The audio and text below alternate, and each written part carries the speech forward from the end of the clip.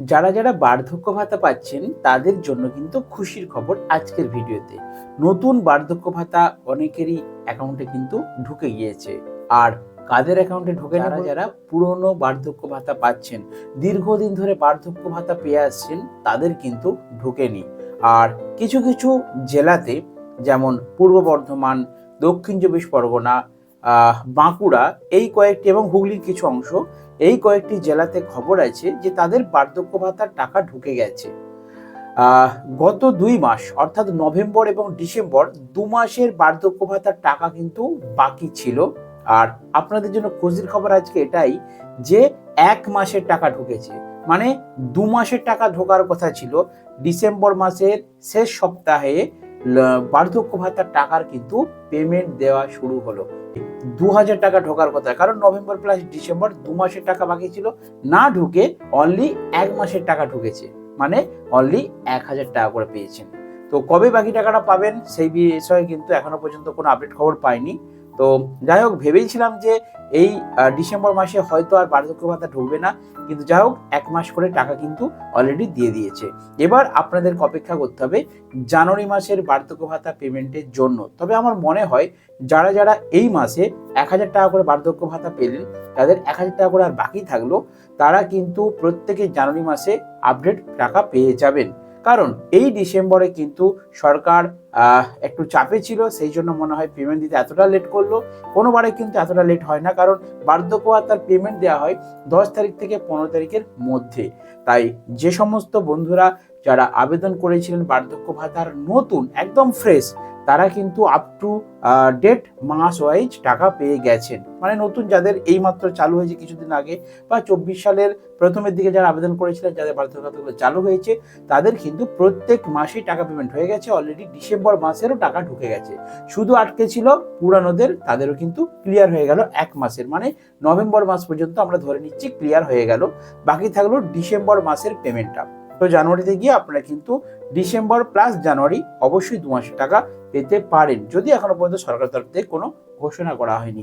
এবারে যেটা আমি আলোচনা করব যে এই বার্ধক্য ভাতায় একটা কিন্তু বিরাট খুশির খবর আপনাদের জন্য আসতে চলেছে। সেটা কি? সেটা হচ্ছে বার্ধক্য ভাতার টাকা বাড়তে চলেছে।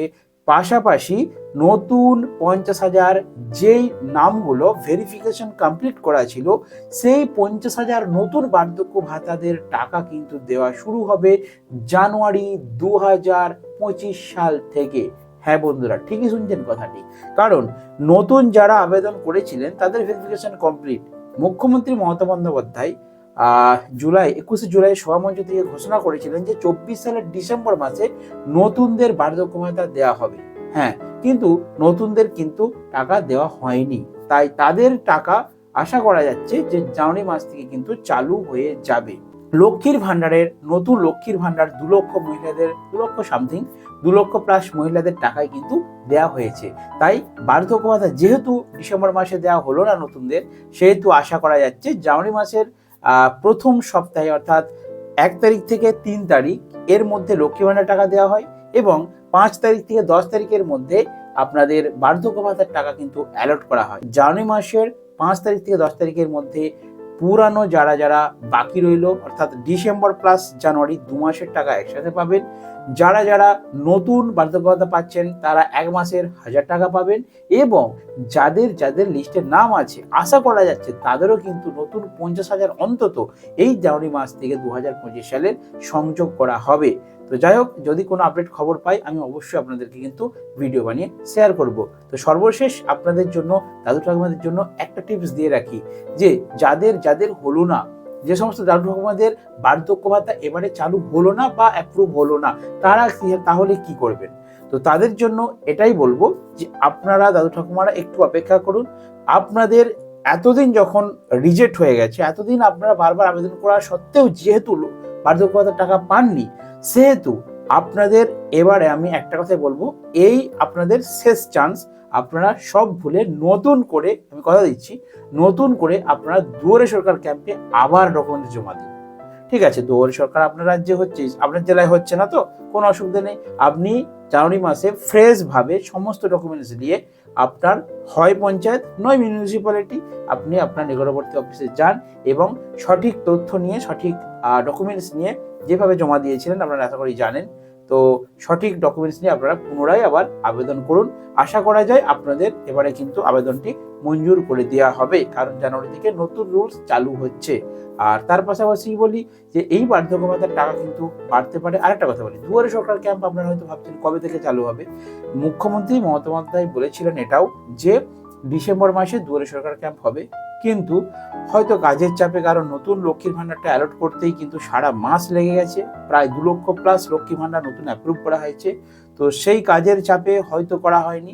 তাছাড়াও একটা শ্রমিক লোনের কাজ চলছিল এই ডিসেম্বর মাসে, তাই আশা করা যাচ্ছে জানুয়ারি মাসের প্রথম সপ্তাহ বেরোলেই দ্বিতীয় সপ্তাহ কিন্তু কোনো একটা ডেট করে নবান্ন নিউজে কিন্তু ঘোষণা হবে যে দুয়ারে সরকার ক্যাম্প চালু হবে। আমি যখনই খবর পাবো আপনাদেরকে দুয়ারে সরকার ক্যাম্পের বিস্তারিত নিউজ আপনাদেরকে ভিডিও বানিয়ে শেয়ার করব। আচ্ছা, এবারে শেষ যেটা আপনাদেরকে বলবো যে ডকুমেন্টসগত সমস্যা। দেখুন, অনেকে জমা দিয়েছে বার্ধক্য ভাতা কিন্তু অ্যাপ্রুভ হয়নি, টাকা পাননি ওনাদের হাতে। তো তাদের জন্য বলবো আপনার ডকুমেন্টসগুলো একবারটি চেক করুন। অর্থাৎ আপনারা যে অ্যাকাউন্ট দেবেন ভালো করে পয়েন্টগুলো লক্ষ্য রাখুন। যারা নতুন করবেন বা করেছেন তারা আরেকবার মিলিয়ে নিন, এবং নতুন যারা করবেন তারা সংগ্রহ করে রাখুন। যে ব্যাংক অ্যাকাউন্টটা দেবেন সেই ব্যাংক অ্যাকাউন্টে অবশ্যই আপনার আধার লিঙ্ক থাকতে হবে, 1 নম্বর। 2 নম্বর, যেই ডকুমেন্টসগুলো আপনারা জমা দেবেন, যেমন Aadhaar card, voter card, PAN card, bank অ্যাকাউন্টের জেরক্স, ঠিক আছে? তো প্রত্যেকটা কার্ডে আপনার যে নাম সেই নামের বানান যেমন ঠিক থাকে।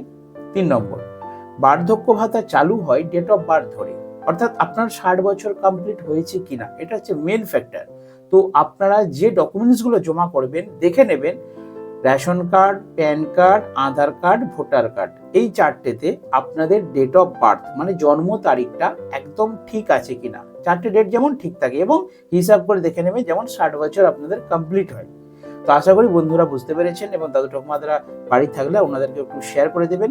আর 2 কপি কিন্তু কালার ফটো চাই। আর লাইফ সার্টিফিকেটের ব্যাপারটা বলে দিই, প্রথম যখন আপনারা অ্যাপিল করবেন বার্ধক্য ভাতার জন্য, প্রথম যখন আবেদন করবেন তখন কিন্তু আপনাদের এই লাইফ সার্টিফিকেট প্রয়োজন হবে না। লাইফ সার্টিফিকেট তাহলে কখন প্রয়োজন হয়? 1 বছর হয়ে গেলে। মানে যারা দীর্ঘদিন ধরে বার্ধক্য ভাতা পেয়ে এসছেন তাদের প্রতি বছর কিন্তু ভেরিফিকেশন করা হয়, ডকুমেন্টস ভেরিফিকেশন।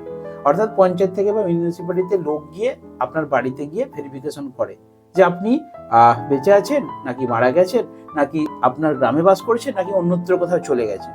তো সেটা ভেরিফিকেশন কমপ্লিট করা হয়। তো দেখা যায় প্রতি বছর ভেরিফিকেশনে কেউ না কেউ হয়তো বাইরে বাসিন্দা হয়ে গেছে বা কেউ মারা গেছেন, সেগুলো লিস্ট তারা কিন্তু ক্লিয়ার করে নেয়। তো আপনারা যদি ভেরিফিকেশন না হয়ে থাকে, যারা কন্টিনিউ পাচ্ছেন তারা ডিসেম্বর মাসে লাস্ট ডেট ছিল, লাস্ট ডেট আশা করি এক্সপায়ার হয়ে গেছে। আপনারা অবশ্যই আরও 3-4 দিন রয়েছে ডিসেম্বর মাসে, একটু পঞ্চায়েত মিউনিসিপ্যালিটি গিয়ে খোঁজ নিন যে আপনাদের ভেরিফিকেশন ডিউ আছে কিনা। যদি ডিউ থাকে আপনারা সঠিক লাইফ সার্টিফিকেট নিয়ে গিয়ে, লাইফ সার্টিফিকেট অনলাইনে পাওয়া যায়, লাইফ সার্টিফিকেট এবং আধার কার্ড, ভোটার কার্ডের জেরক্স, রেশন কার্ডের জেরক্স, সাথে 2 কপি ফটো নিয়ে গিয়ে আপনারা, এবং ব্যাংক অ্যাকাউন্টের xerox, update page plus front page, যে অ্যাকাউন্টে আপনারা টাকা পাচ্ছেন, সব কিছু ডকুমেন্টস নিয়ে আপনারা পঞ্চায়েত অফিসে পুনরায় জমা করুন এবং আপনাদের ভেরিফিকেশন কমপ্লিট করে রাখুন। তাহলে আশা করা যায় 2025 সালে আর আপনাদের কোনো বার্ধক্য ভাতার টাকা পেতে অসুবিধা হবে না। তো চলুন, ছোট্ট একটা আপডেট আপনাদেরকে শেয়ার করলাম। দেখা হবে নেক্সট ভিডিওতে। যদি আপনারা রাজ্য সরকার, কেন্দ্র সরকার বিভিন্ন খবর জানতে চান তাহলে আমার এই ছোট্ট চ্যানেলটিকে অবশ্যই একটু কষ্ট করে সাবস্ক্রাইব করে রাখুন। ভালো থাকবেন, সুস্থ থাকবেন।